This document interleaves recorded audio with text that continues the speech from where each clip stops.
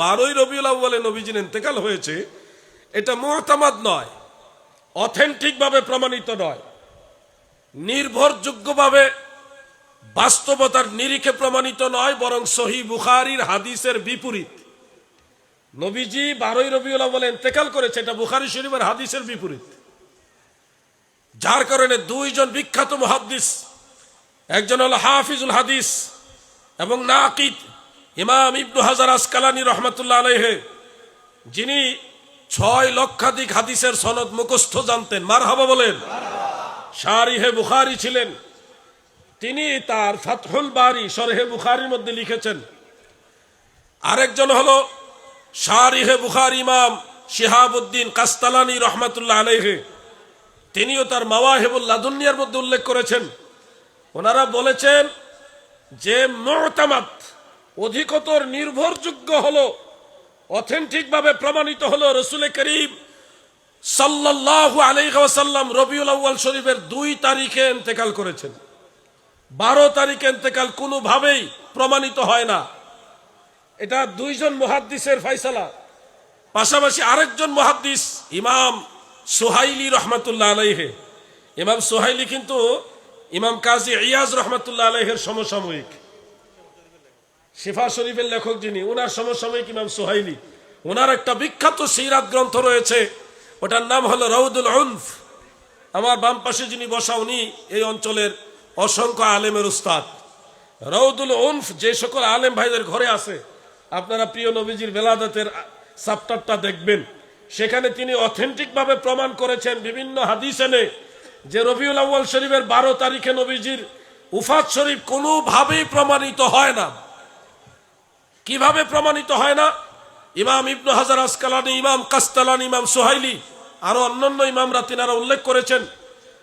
সহিহ বুখারী এবং মুসলিমের মধ্যে রয়েছে রাসূল করিম সাল্লাল্লাহু আলাইহি ওয়াসাল্লাম বিদায় হজের ভাষণ দিয়েছিলেন যেদিন, সেই হজের যে উকুফে আরাফা হয়েছিল, আরাফার ময়দান যেদিন সংগঠিত হয় সেদিন ছিল সোমবার,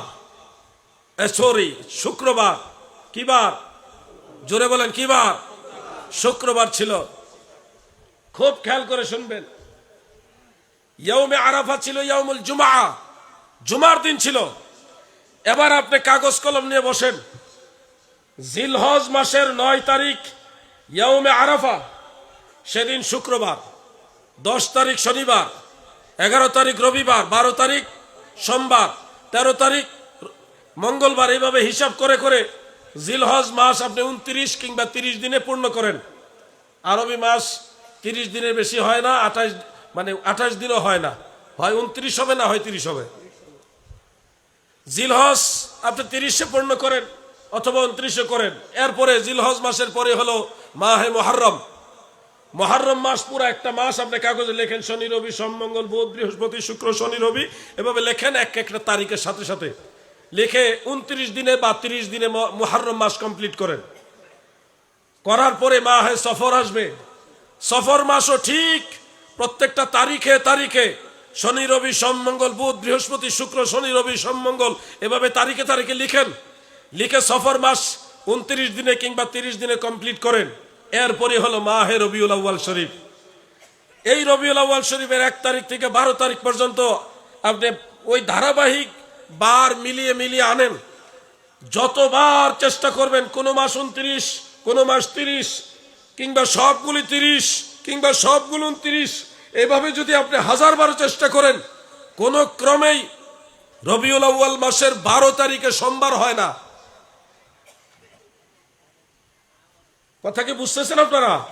জিলহজের 9 তারিখ উকুফে আরাফা, যেদিন নবীজি ভাষণ দিয়েছিলেন, সেদিন শুক্রবার। ওই দিন থেকে ধারাবাহিক হিসাব করে রবিউল আউয়ালের 12 তারিখে যেভাবে আপনি হিসাব করেন, কোন মাস 29, কোন মাস 30, অথবা সবগুলি 30 অথবা সবগুলো 29, মিলিয়ে মিলিয়ে দেখবেন কোন ক্রমেই রবিউল আউয়াল শরীফের 12 তারিখ সোমবার পড়ে না। অথচ বুখারী মুসলিম সহ অসংখ্য হাদিস গ্রন্থ প্রমাণ করে, সমস্ত মুহাদ্দিসিন ইজমা ঐক্যবদ্ধ ঘোষণা করেছেন যে আল্লাহর হাবিব সোমবার ইন্তেকাল করেছেন। তাহলে সোমবার ইন্তেকালের বিষয়টা অথেন্টিক, প্রমাণিত, নির্ভরযোগ্য। কিন্তু 12ই রবিউল আউয়ালে সোমবার পরে এটা অথেন্টিক না, এটা বাস্তবসম্মত না। এই জন্য ইবনু হাজার আসকালানি, ইমাম শিহাবুদ্দিন কাস্তালানি, ইমাম সুহাইলি, ইমাম জুরকানি, অন্যান্য মুহাদ্দিসরা তিনারা বলেছেন নবীজি 12ই রবিউল আউয়ালে ইন্তেকাল করেছে। এটা মুতামাদ নয়, এটা নির্ভরযোগ্য নয়, এটা প্রমাণিত নয়। এটা বলতে পারবেন কোন কোন আসারের মধ্যে আছে, সে আলোকে বলতে পারবেন, কিন্তু অথেন্টিক ভাবে এটা প্রমাণিত নয়। এই জন্য ওয়াহাবিদের যে দাবি যে 12ই রবিউল আউয়ালে নবীজির জন্ম, 12ই রবিউল আউয়ালে নবীজির ইন্তেকাল, এই দাবিটাও 100% নয়।